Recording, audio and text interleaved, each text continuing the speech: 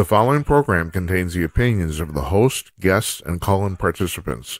These do not necessarily represent the views of this show's distributors or sponsors. This program may contain obscene, profane, or otherwise objectionable language. Viewer discretion is advised.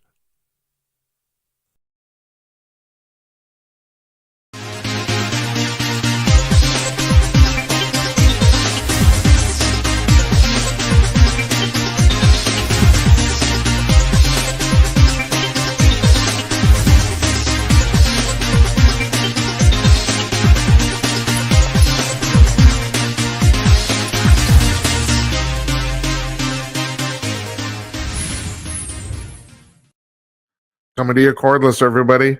It's 11:02 on the East Coast of the United States, 8:02 on the West Coast, 10:02 where I'm sitting here in Minneapolis, Minnesota. I'm Jim Peters, and welcome to another edition of Jim Peters at Night. I did not do the count. I think this is episode number 25. I think it's the start of our 8th week. Yeah, we made it this far. Who the hell would know? Hope you had a good weekend. It rained all day here. I went to lunch with a friend of mine on yesterday morning, and he said, "My God, you look happy." And I'm thinking, well, here's the deal. I'm going to be 68 in 2 weeks. It's the beginning of the end. Might as well laugh. Shit. Who knows how long this is going to go on. My mother's 99 years old. I think I've told you that. I'm trying to get her on the show. Now, she was on my radio shows previously several times, but that's on the telephone. That's easy. This is harder. She's not particularly uh, technologically adept, as you might imagine, at 99. And I can't get any of my relatives in the town that she lives in to help me, which is, you think, because my sister said, why don't you just have her, have her over for the weekend and sit her down in the studio? Well, we're not equipped to do in-person interviews, and not only that, I kind of don't want to. So I don't know if you guys know this. So, Nightline is still on TV. You can still watch it. I think at 12:05 Eastern time. I think right after Kimmel, if I'm right. I think that's when it is, or 11 whatever, 11:35, whenever it is. It's been on television for like 35 years. It started during the Carter administration as a countdown to when the hostages were taken in Iran, and they thought it would only be on TV, a few, at most a few weeks. Well, it was those hostages weren't released for 444 days. So that program ran for over a year. And in the meantime, they started to get pretty good ratings. And then Ted Koppel's hosting it, and then they're getting really good ratings. So, well, fuck it, let's let this ride. And they regularly beat all the talk shows.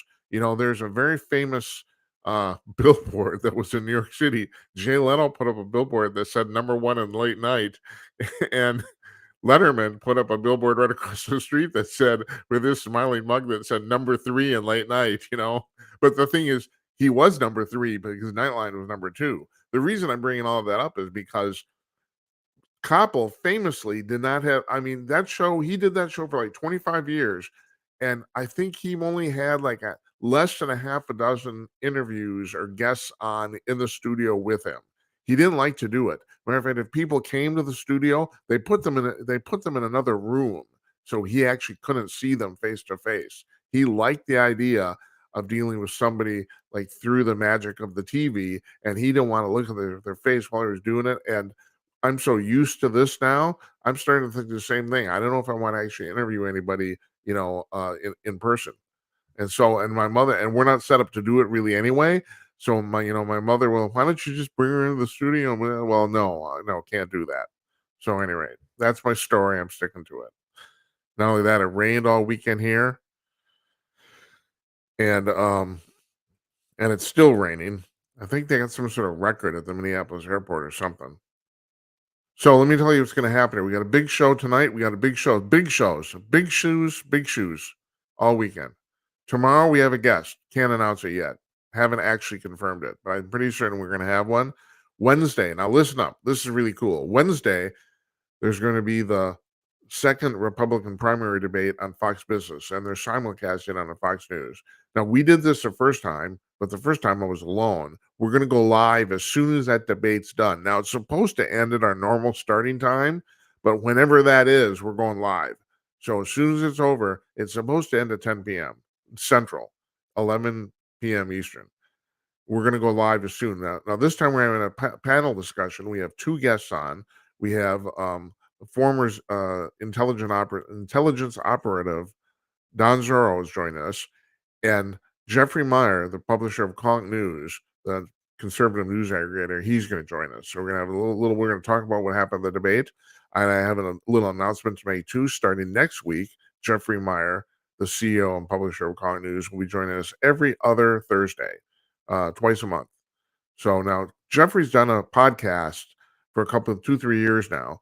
It's excellent. I guess I think I got this right today. I think he's going to dump it if I'm right, which is the reason he actually asked me, can I come on? Yeah, sure you can come on. Because the thing is, Jeffrey uh, Jeffrey's podcast is excellent because Jeffrey has a take on pretty much anything, especially his wheelhouse is he's a businessman and entrepreneur. That's his wheelhouse, but even politics, anything.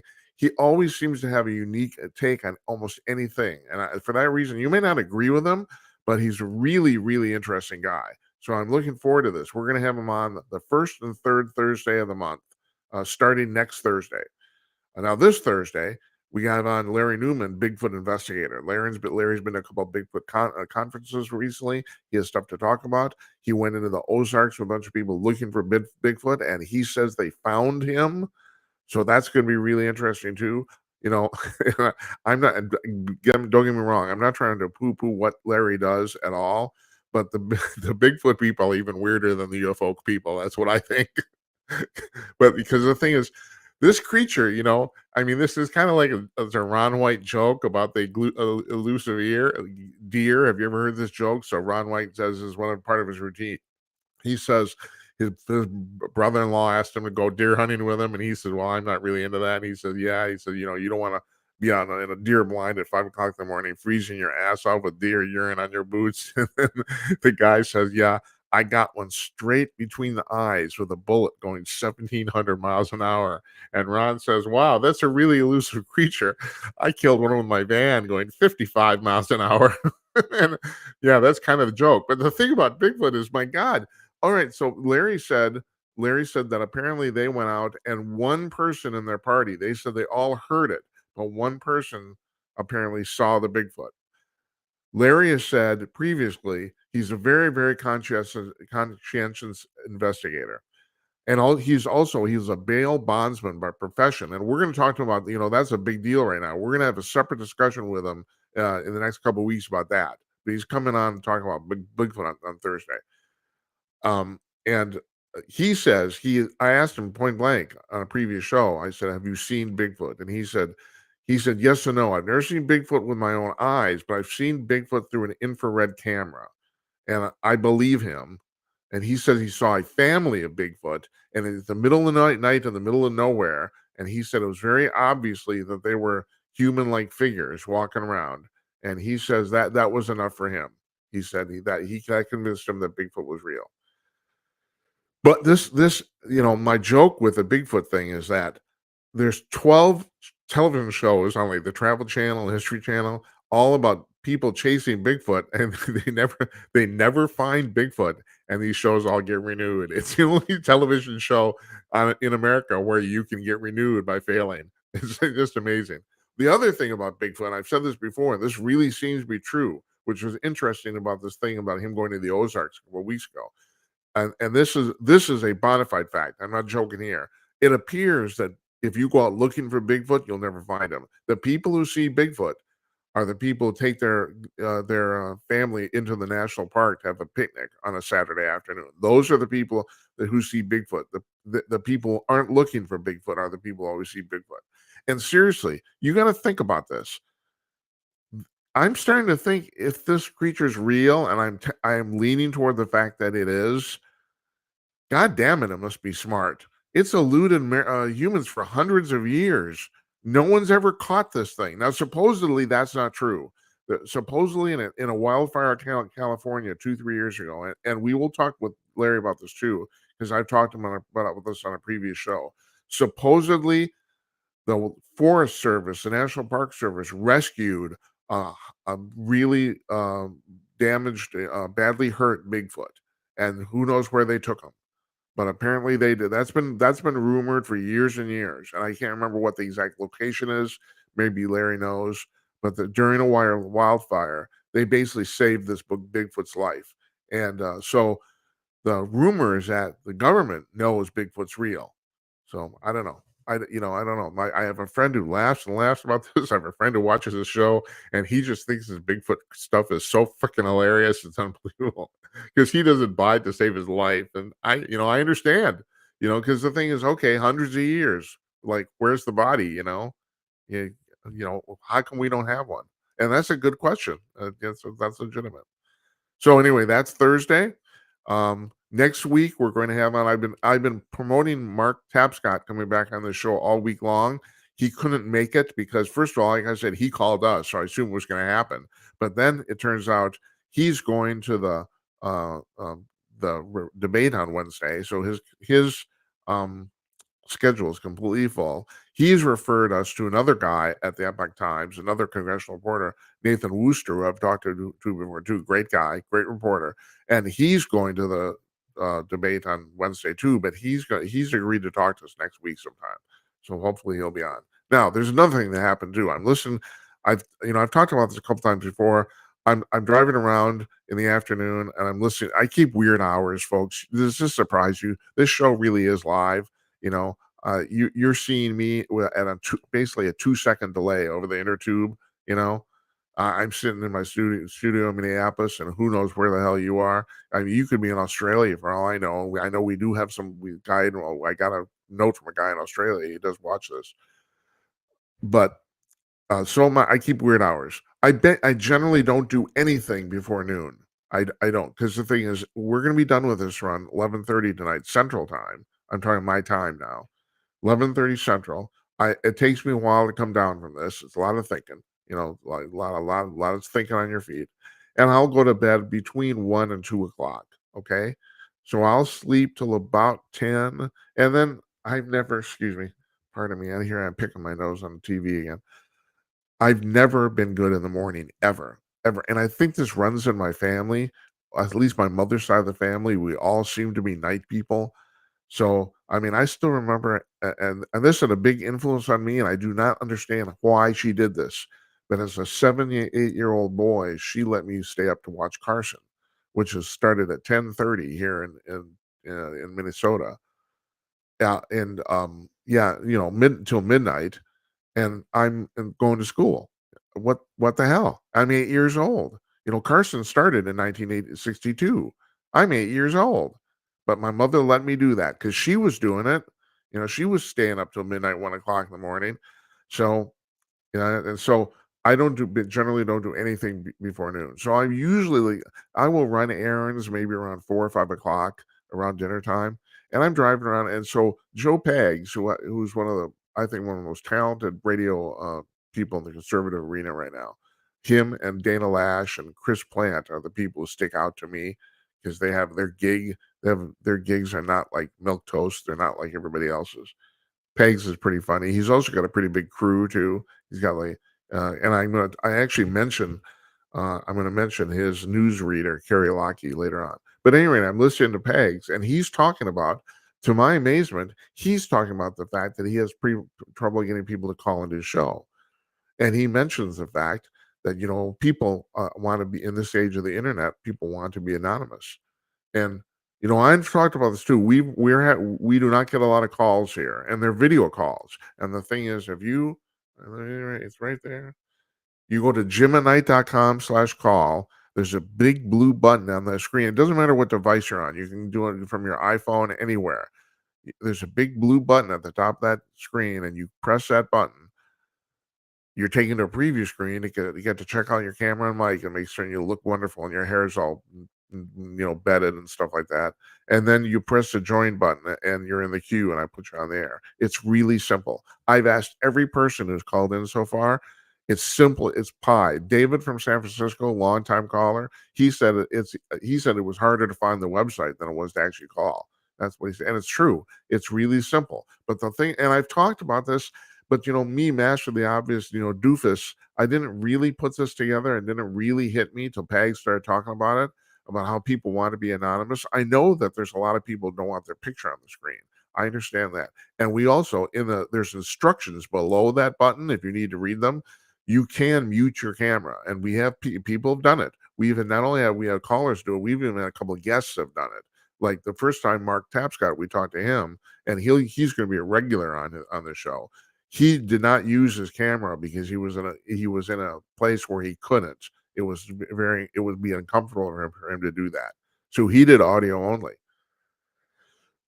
But Pegs brought up the fact, and this is true, and that is, okay, I know people don't want their face on the screen, but the thing is, right now, the internet is basically based on anonymity, and it's stupid. And the thing is, yeah, if you put your face on the screen, you're not anonymous anymore.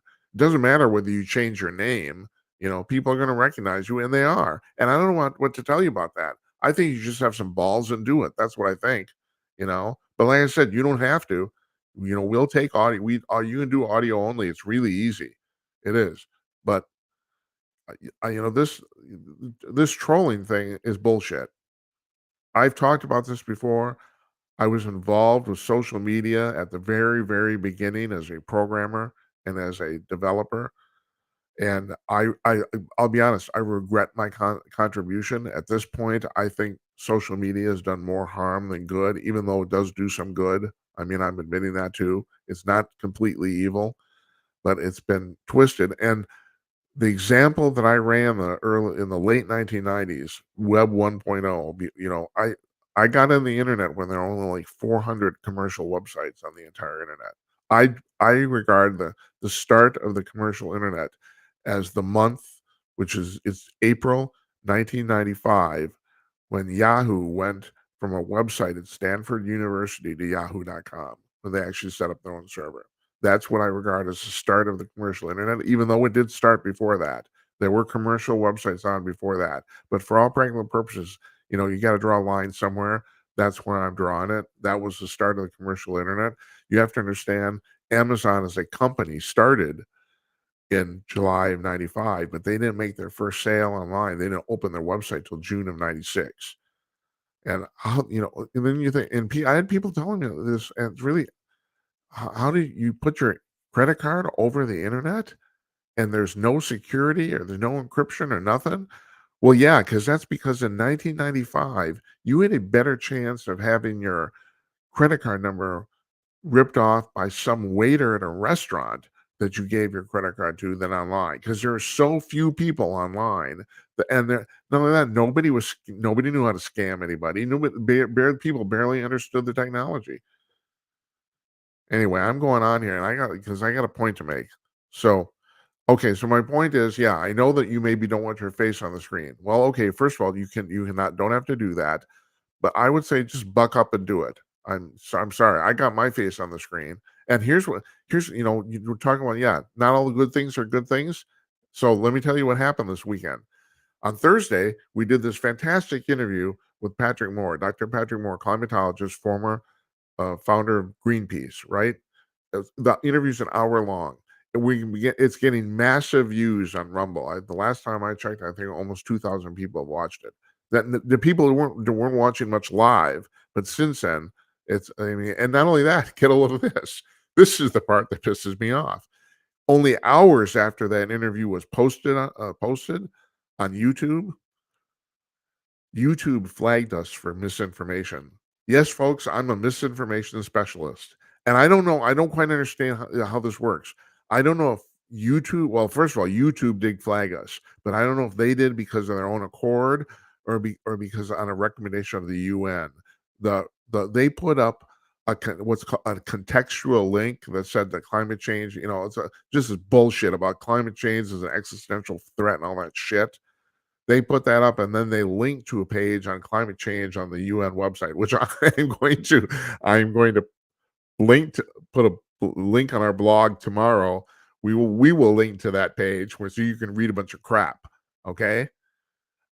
And really, I mean, it was only like 3 hours, and and all of a sudden I'm a misinformation specialist. There you go, folks. That's your internet. That's your inner tubes in action right there. You know, that's people ganging up.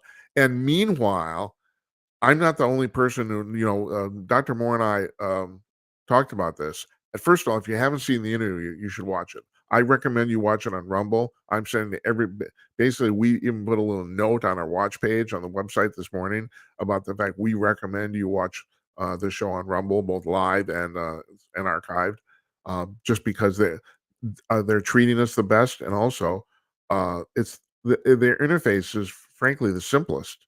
It's YouTube is a mess. It's just, I mean, you can't.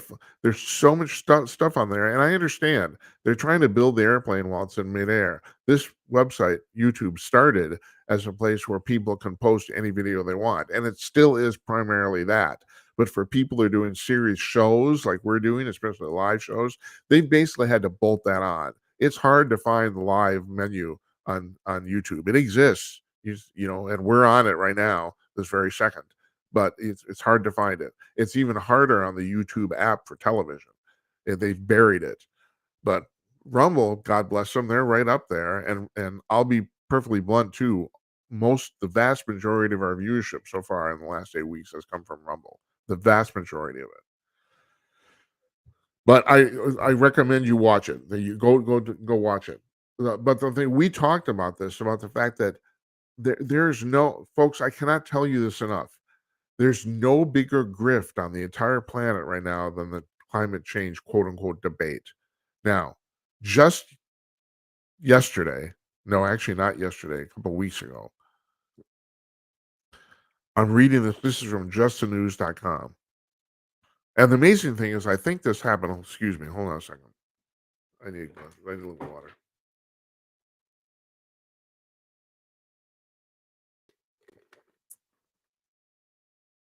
If I'm right, this happened a couple of years ago too. So I'm glad that they did it again. I'm going to read this from an article on justthenews.com.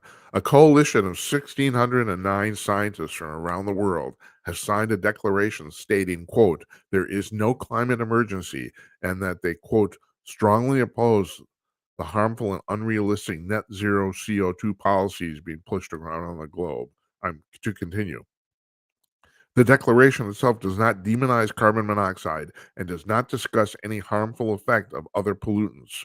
The thrust of the declaration challenges their hysteria brought about by the narrative of an imminent doom. And I'm thinking, well, geez, did they just grab that right off of Dr. Moore, the title of Dr. Moore's book, which is Fake Invisible Catastrophes and Threats of Doom? I mean, shit, you know?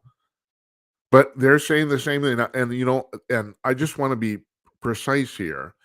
Now, in this interview, Dr. Moore said that he is of the opinion that there's no damage done to the environment from more CO2 whatsoever. There are scientists who disagree with him that there might be some if the levels get too high.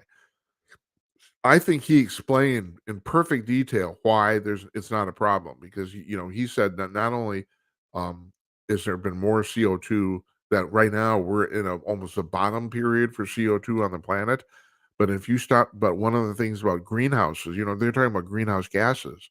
One of the things about greenhouses is they pump CO2 into greenhouses to get the plants to um, grow more. And he pointed out that in a commercial greenhouse right now, the parts per million of CO2 on the planet is about 425 parts per million. Uh, in a commercial greenhouse, they pump in 800 to 1,200 parts per million. And he said that the plants would actually grow more if they pumped in more, but he said that financially there's a diminishing returns there past 1,200. But you get the point. I mean, that's 3 times more than what we have now, and that's desirable to get shit to grow. And so you tell me now, there are people who tell you that the problem is that more CO2 means the temperature goes up. And Dr. Morris says that hasn't been proven at all. And even the scientists that think that might be true, they're signing this declaration here. The scientists that even think that might be truth, it's not that big a deal. That's the deal. Yeah, So, it depends on the cause and effect. Dr. Moore said that he said one of the biggest fallacies is the whole thing. He says it's not that CO2 causes the temperature to rise, it's that the temperature rising produces more CO2. He said it's the reverse cause and effect. So that CO2 has nothing to do with the rise of the temperature. CO2 increases because of the rise of the temperature. Now, as scientists, I'm not a scientist, but scientists can disagree. But even the people that don't agree with that statement, even if they don't agree with that concept, don't think there's any big deal here. And that's been my thing all along. I've been saying that forever. Not a single person is arguing the fact that the world is warming up. Nobody's arguing. Nobody is saying that's not true. Dr. Moore said it was true too. He said that the temperature across the planet has risen about 1 degree Celsius in the last 300 years. But like he also said, for the first half of that time, there was no industrial output at all, so it was still going up. So, and he said also what I've heard other scientists say too, and that is the primary reason for the fluctuation in the climate is because of the wobble of the Earth around the sun, which is controlled by Saturn and Jupiter, kind of the same way the tides control or the moon control the tides here on Earth. So the moon controls the tides on Earth. The rest of the planets of the solar system, especially the two big ones, control or have effect on the Earth's uh, rotation around or revolution around the sun, and that's what causes it. But we can debate points here. I'm not a scientist, all right, but the point is that these 1,600 scientists don't think this is any big deal at all. And I only want to point out that I don't have it here in my notes. Two of these people are Nobel Prize laureates. Two of them. As a matter of fact, I think one of them is the guy Dr. Warren mentioned on the broadcast, I think, but I'm not sure. I was going to check that out. Actually, I'm going to write him and ask him if that's true. I didn't play back the because I don't know. I watched it. I actually did watch. Normally, I don't watch these shows because I was here, but I did watch that one. I watched it. I thought he was fantastic. We had a little problem with the video. The video froze for a couple minutes in the middle. Other than that, man, but that has nothing to do with him either. And so I'm watching um, the Fox Business and Dagan McDowell's on, and it's really funny how this works. I don't know if I don't think a lot of people or anybody in the press watches this, but I've noticed. So we talk about stuff, and then 48 hours later, the press, the kind of the alternative or the conservative mainstream press is talking about it. So Dagan McDowell is on Fox Business, and she's talking about the fact that the the climate change people have pretty much blown their cover. People are starting to realize this is ridiculous. For example, here's a real example. Um, there. All right, let me see. Hold on a second. I want to find this. Oh yeah, right.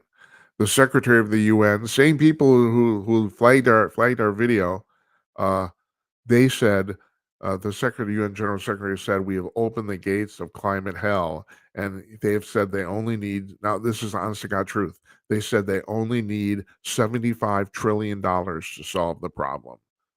They said that's how much it'll cost to solve the problem of climate change. $75 trillion. In other words, they will solve the problem of climate change and they will bankrupt the entire planet. That's and not only that, they can't do it. You know that. You know why? They're the government. And the UN is even the government. They're worse. They can't do anything. They don't do anything. I personally think we should get out of the UN. It doesn't do anything. And it hasn't done anything for a zillion years. People get up and make speeches, people go to lunch, then they hire a hooker when they're in New York City. That's it. That's what they do. There's a whole bunch of this made the news um, this week or last week when they had their meeting in New York City about the fact that basically prostitutes from all over the world come to New York City for the business because they can charge a premium because a lot of these guys come from very, very repressive countries and they come to New York City and they basically just let loose. Now I don't have any trouble with prostitution as long as there aren't any pimps involved. If some woman wants to hang her shingle out, no pun intended, and And that's how she wants to make a living. If, assuming she's of age and she did that on her own volition, God bless you. Go ahead. And then the other thing is too, and I've noticed this. I mean, I've known women especially who are really, really against prostitution. But the problem is, and here's the problem, and I've noticed this about everything. And I'm sorry, I have to call women out here as a by gender. Most all women seem to think that all other women think just like them. That I've noticed this my entire life. It's like, so I'm against prostitution, so therefore you obviously are too. And I mean, survey after survey that have been done of like people in the porn industry who do sex on camera, half of them will tell you it's the worst thing they ever did and they regret getting involved and that it's like it's ruined their life. Half of them will tell you that. The other half will tell you they love the job. They love it. And it's like, and so how do you reconcile that? You know? Now, you shouldn't do anything you don't want to do, if you're in porn and you don't wanna be in porn, God bless you, get out. I'm sorry you made that decision and you don't like it, but there's people in porn who actually like making porn. I mean, there's that woman who's running what state is that in? She's running for a state senator or state representative thing, and her and her husband did a porn on camera. I gotta admit, I don't personally have any problem with that. The real problem is that she has kids, and that's crazy. If you're talking about, if you're actually, and then she talks about the fact that she's what was it that their revenge porn by posting online. It's already public. What are you talking about? You did this publicly. It was not even a password protected website. You did this on a public website, you know, to make money. Oh, that's fine. I don't have a problem with that, but you can't bitch about it, you know? This is the I mean, people are becoming just outrageous in their claim of victimhood. I just don't freaking believe it. I mean, no, no, honey, you did this. You and your husband did this, and God bless you. I don't have any problem with it. I don't. But you can't claim that people turn around and posted the videos that they're somehow invading your privacy. You invaded your own privacy. This has got to stop. I mean, and I'm not just talking about that. I'm talking about the fact that we're Americans seem you want to get attention right now? Claim victimhood for something. You're a victim. I'm sure you can find something to do it, you know? Oh man. So in the meantime, regarding the climate change stuff, the Washington Post posted a thing this weekend. They're trying now. They want to outlaw air conditioning. I can't remember the name of the organization. There's an organization now that has been formed specifically to fight the Biden administration about regulating appliances. You know, they said, "Oh, we're not going to take away your gas stove." Yeah, they're trying to take away your gas stove. You know, we're not going to take away your air conditioning. They're going to try to take away your air conditioning. It's like it's just first of all, it's just gaslighting. They're lying to you. I mean, all I see is people lying to everybody. That's all I see. It drives me nuts. And not only that, why are people in Congress? The vast majority, somebody pointed this out this weekend, or I can't remember where I saw this. The vast majority of people in Congress are not there to better the American public. They're to better themselves. They're there to enrich themselves. They don't care about the public.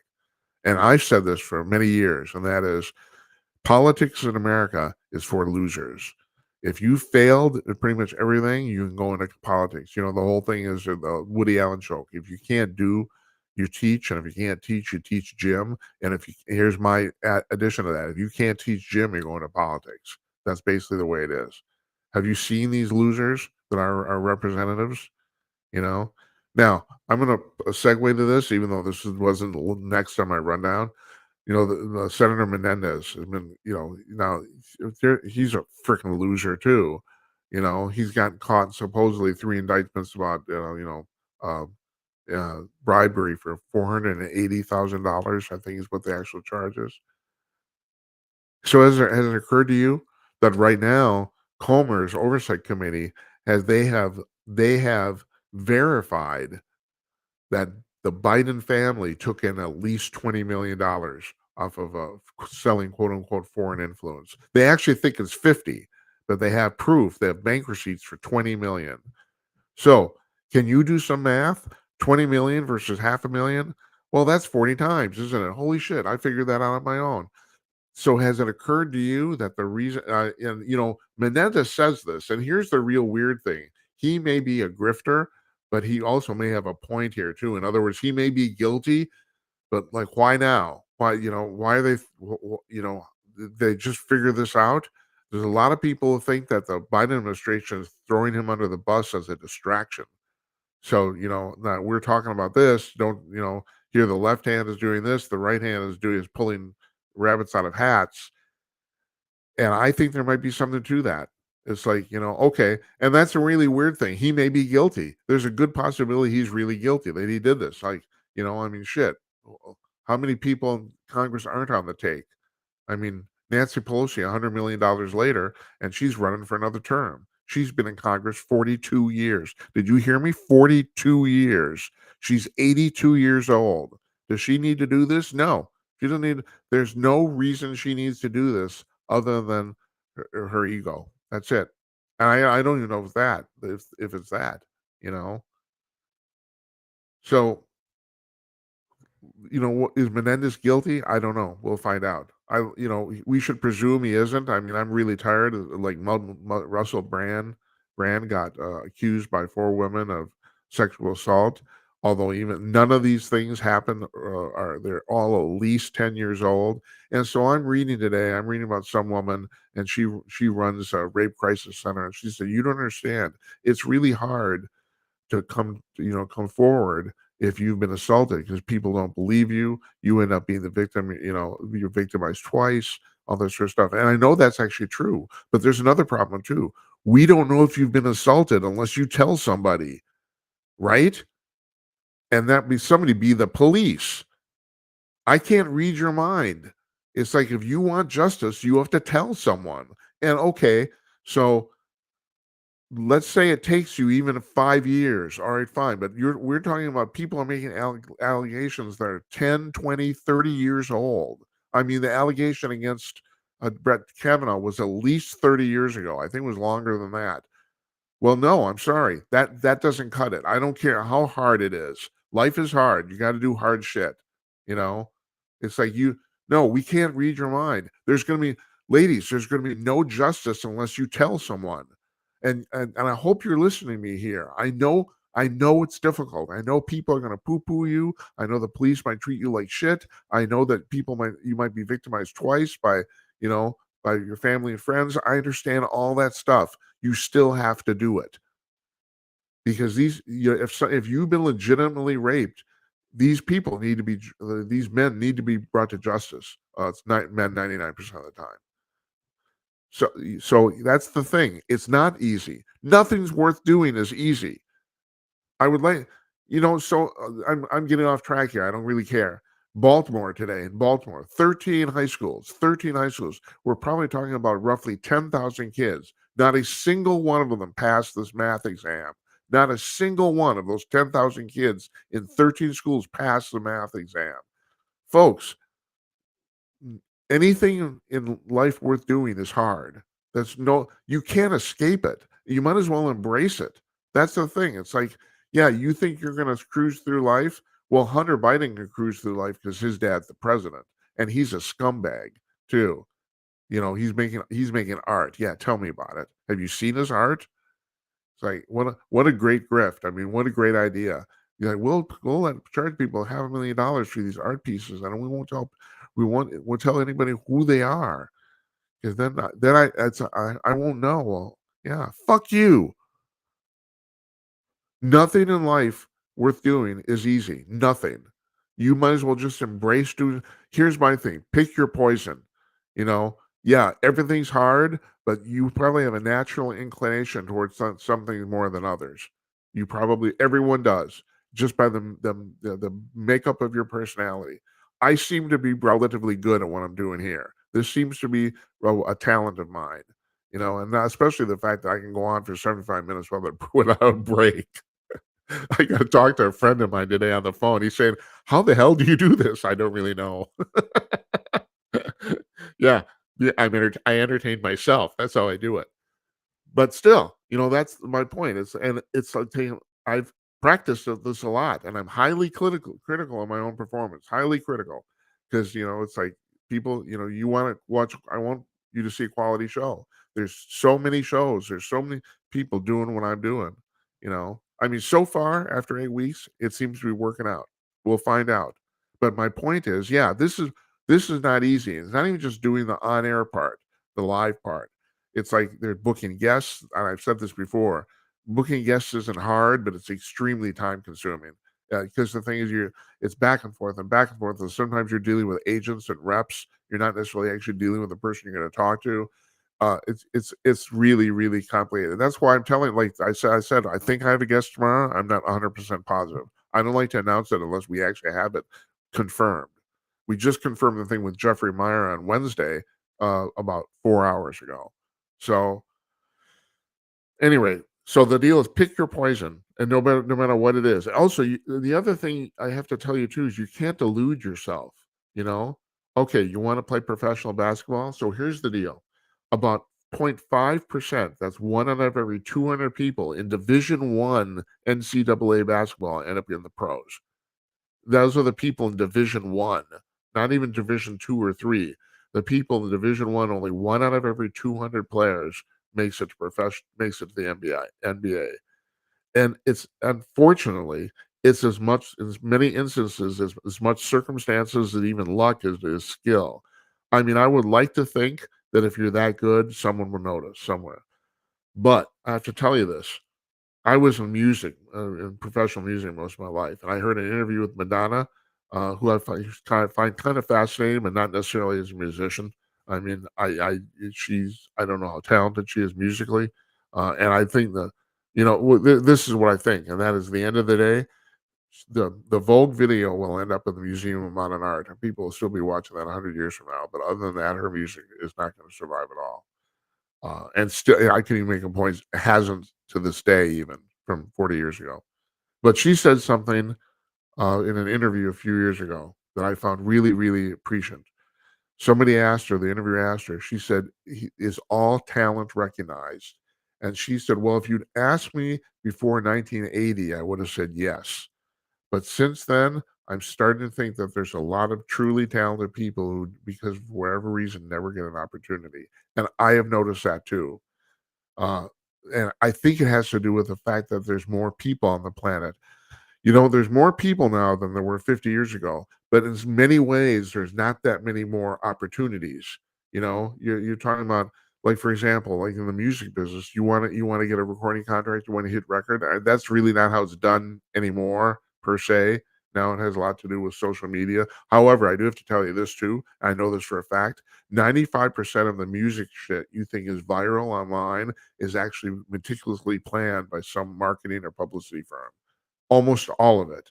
And yeah, you think, oh, I stumbled into this person, or they posted, their, now this is the irony. Justin Bieber actually that did really happen. He posted his videos on YouTube, and Scooter Braun actually saw him, and the next, he's rich and famous. But most of the time, those things are engineered, and I know nobody wants to believe it. I've tried to tell this to people. I've heard it. Well, no, that couldn't happen. No, well, no, trust me, it does. I know for a fact it happens.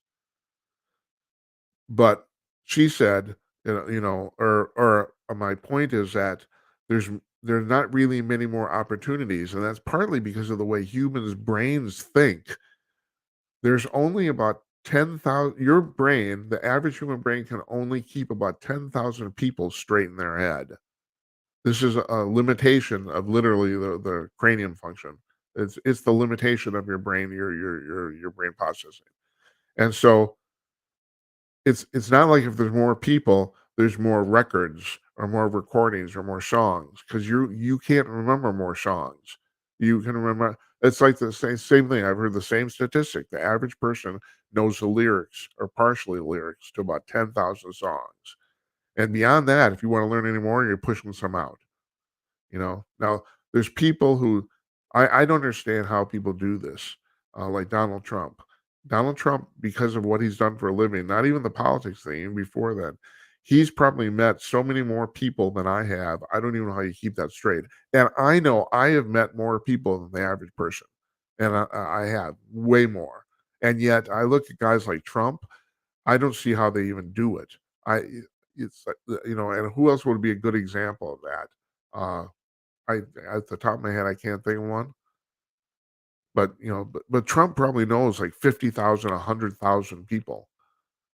I don't know if I know that many, but I know I probably know more than you. But my point is, so what Madonna was saying is that, yeah, in days past when there are less people on the planet, it was easier to make your mark. Now it's getting harder and harder. Although we're slowly meeting. What did I just read the other day? Is that in 70 years, at the end of the century, population on the planet, now not only in the United States, is probably going to top out. It'll probably start going down, just because less people around the planet are having babies, and they're having less babies. So, what was my point there? What am I talking about? I'm talking about, yeah, things are hard, and I was talking about, you have to find your niche and pick something that you. Oh, that's what I was talking about. I was talking about the fact that you can't delude yourself because like if you're good at basketball, you might have to be really, really good at basketball. I mean, and you stop and think about this too. Michael Jordan, who's arguably the best basketball player in history, maybe not anymore. Maybe it's LeBron. I don't know, but he's certainly up there. He was kind of a slow starter. He almost didn't make his high school basketball team. It's the same with Tom Brady. Tom Brady was drafted something like 135th in an NFL draft. He barely made it. He barely made it. Now he's considered the best quarterback ever. So a lot of people develop earlier in their life too. It's just crazy how this goes. But my advice to you, and I'm really seriously, my advice is you seriously pursue something worth pursuing. And I know right now with equity and all this bullshit, it's like people, the equity thing must die. The thing about the fact that all outcomes should be equal, nothing will kill this civilization. I don't just mean America. I mean the whole fucking Western civilization. Nothing will kill it, quicker than that, because then there's no incentive for anybody to do anything of any value. Yeah. You want communism? There you go. Yeah, we'll all share in this together. No, we won't. No, it won't work, folks. You know, all my friends talking about democratic socialism, that's bullshit. It won't work. And that's the problem. It's a great idea on paper. That's the problem with communism. Communism on paper looks fantastic. There's only one problem. It doesn't work. And I can tell you why it doesn't work. Well, there's two particular reasons. It does not recognize the human desire for possession. Even little babies know when something belongs to them. People know when they own shit. And communism tries to tell you, oh, you don't own anything. The state owns it all. We're just going to lend it to you. No, that's not the way humans think. And yeah, you can go on about greed, all that sort of stuff, all those terrible vices. Yeah, all that stuff's terrible. But the fact of the matter is, they work better than communism does. That's the problem. Capitalism is a very, very, very flawed system. Very flawed. It's still better and works better than communism and socialism. That's the terrible part about the humanity, is that all this shit we've come up with is really, in some ways, it's like less degrees of awful. Nothing really works well. Nothing. But and the other thing about communism is that it does not recognize the concept of incentive. That some people think, if I work harder, I'll make more, I'll get more.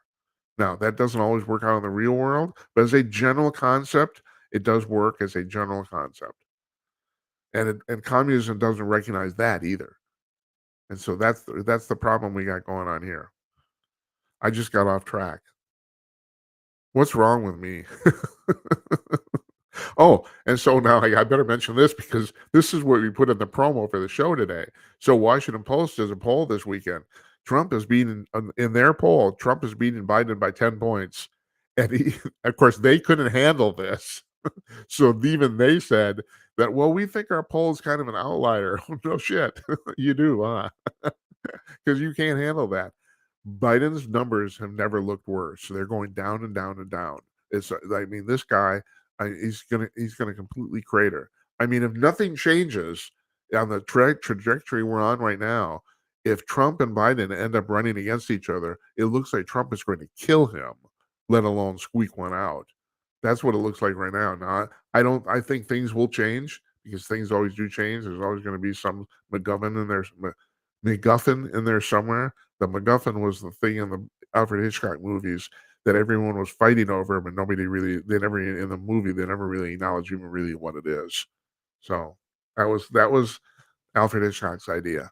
So you want the North by Northwest, great movie, fantastic. It turns out what at the end, at the very end of the movie, you find out what they're actually struggling over is a piece of microfilm.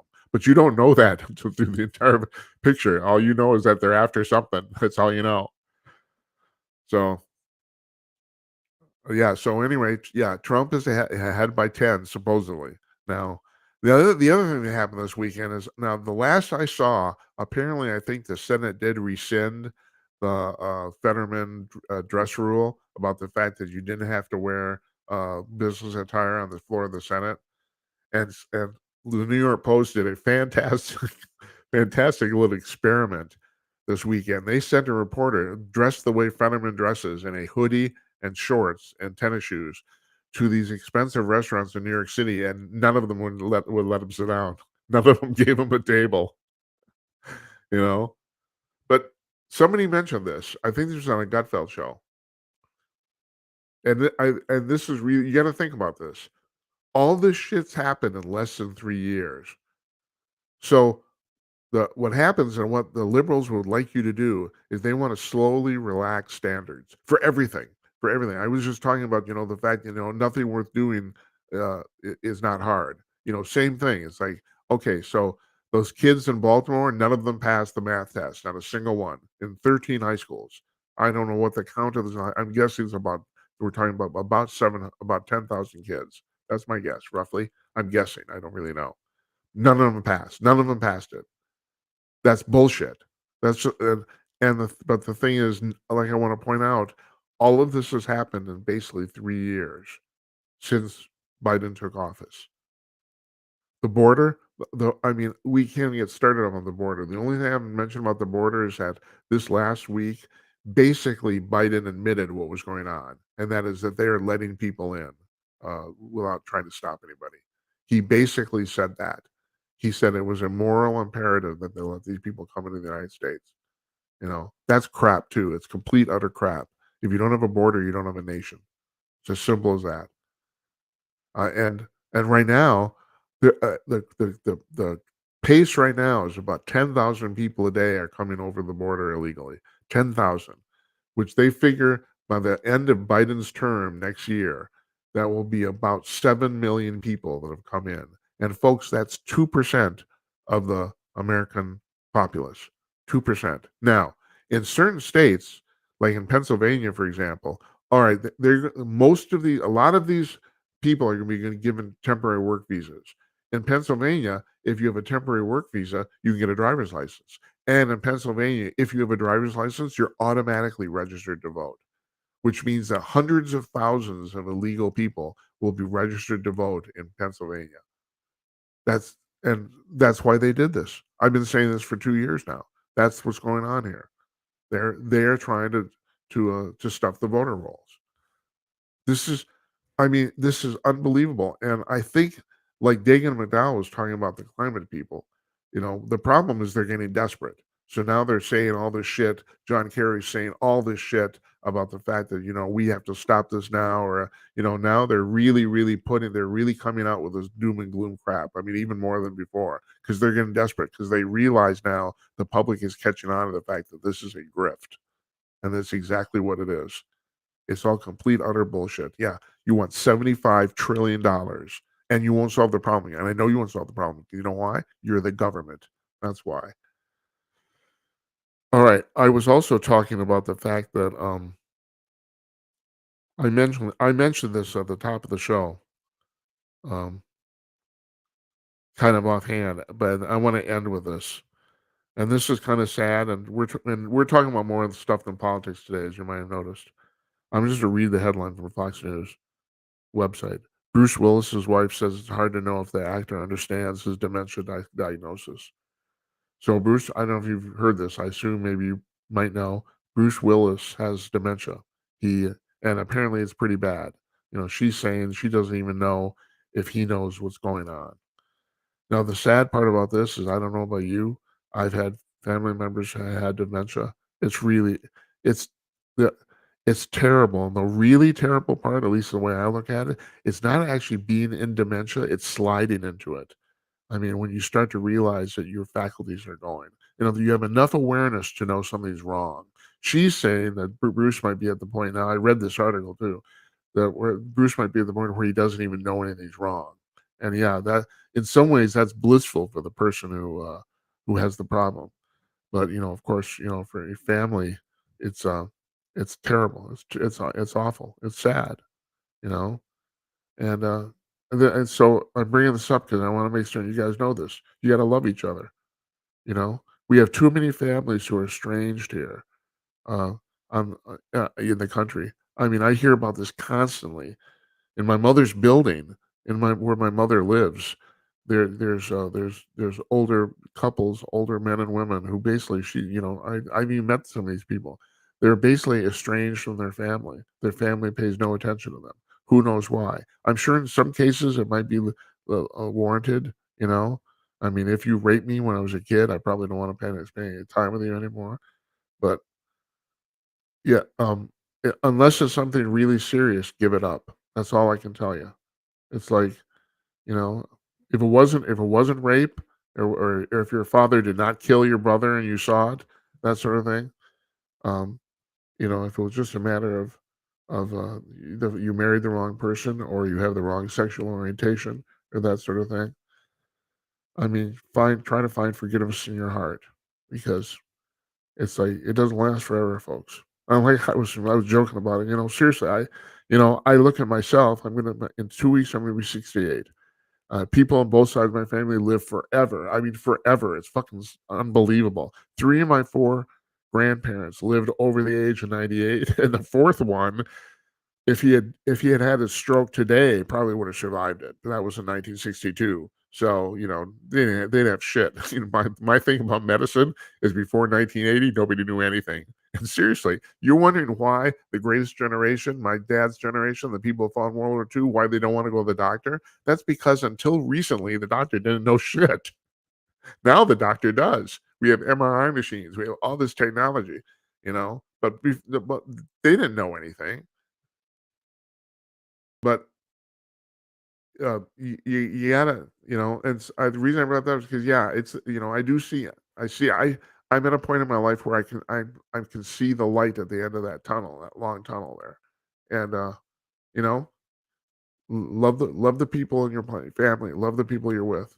I don't know how I could say it more concisely. And once again, anything worth doing is hard. Just do it. Pick one.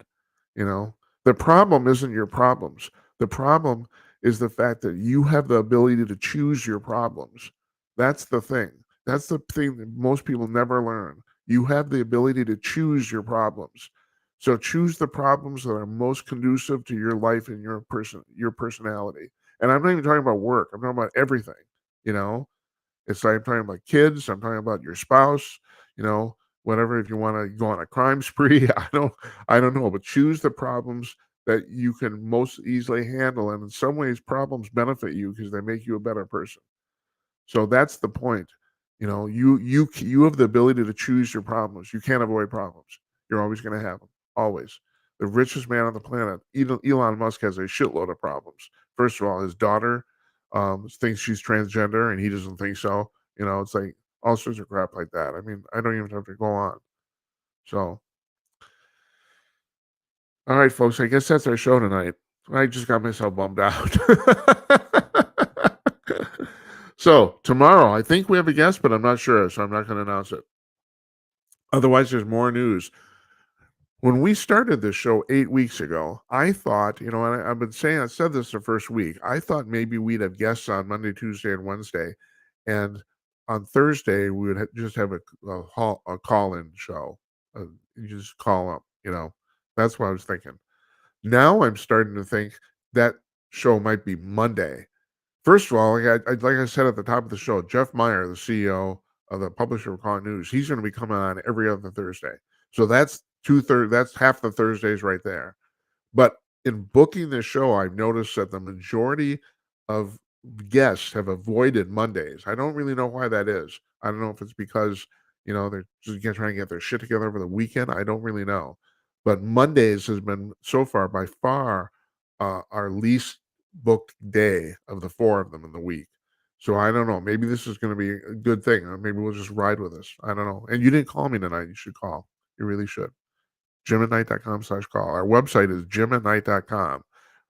We have a blog running there. We post to it most days. There's links to our guest stuff, all sorts of stuff today. And I will end with this announcement too. I forgot to put this at the top of the show. I forgot. We started broadcasting on Spreaker Live today, which is audio only. I'm not going to name them our previous service because I don't want to trash them. They're a pretty good service, but technically they could not deal with our unusual demands. So we dumped them and went to Spreaker. And now we do have podcasts that are being archived. We didn't before either. We had to do it manually. Now it happens automatically. So I uploaded, I think, 6 or 8 shows from the previous batch of 18, and now including this one, they're going to be available like minutes after we're done. So there's links on you can go to our blog. That's at JimAtKnight.com/blog. And we have a story up there, and there's links to Spreaker. You have to hear our show live, you have to download the Spreaker app. That's the only way you can do it. But I really don't know if anybody's really that interested in that per se, because I'm starting to realize this is TV. We're on television. So you know, you only and you can listen. You could always just listen to the you can load up Rumble on your cell phone and listen and not watch. It's the same audio feed. So we got that. So that's going on today too. A lot of stuff going on. A lot of stuff going on, man. A lot of stuff. A lot of stuff. I want to thank you for watching. Really, I really appreciate it. Um, Onward and upward from here. Good night, Uncle Donnie, wherever you are. And this is the part where I run. I guess it's still new. This is our end card. Here we go, folks. I'll see you tomorrow.